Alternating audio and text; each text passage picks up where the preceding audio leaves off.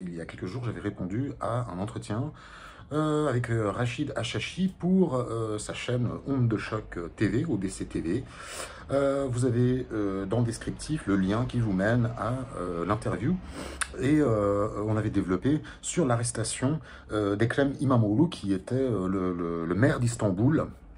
Et donc on avait dit pas mal de choses, sauf qu'évidemment, l'actualité turque c'est très spécial, vous avez des informations qui viennent contredire vos informations, qui ensuite vont de nouveau les contredire, finalement ce que vous aviez dit au début est juste, etc. etc. Bon, c'est la Turquie, voilà, c'est vraiment le Bronx, la politique en Turquie.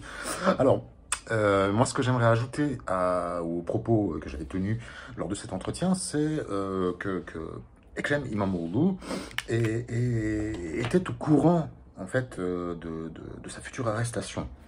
Pas seulement lui, d'autres aussi, et donc le parti d'opposition, les cadres du parti d'opposition se sont précipités pour le choisir comme candidat à la présidentielle bien avant 2028.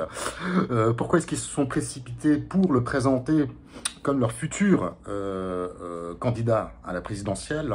Eh bien, c'était pour essayer de contrebalancer, comme ils savaient qu'Imamoglu allait être arrêté, eh bien, ils se sont dit de cette manière, on va attirer la presse internationale et peut-être on fera un gros coup et on pourra freiner cette procédure juridique. Sauf que ça ne s'est vraiment pas passé comme ça. Comme je le disais dans l'entretien, une fois que la machine de guerre du pouvoir turc d'Erdogan se met en place, il n'y a pas vraiment de marche arrière. Hein. C'est le rouleau compresseur.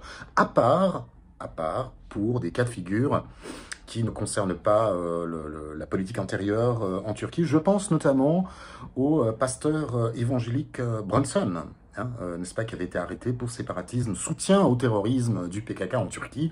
Hein, il a suffi que Donald Trump explique lors de son premier mandat, mais écoutez, il faut libérer voilà, le pasteur Brunson, et puis c'est tout. Et donc voilà, la Turquie a libéré le pasteur Brunson, alors qu'ils avaient des propos quand même très...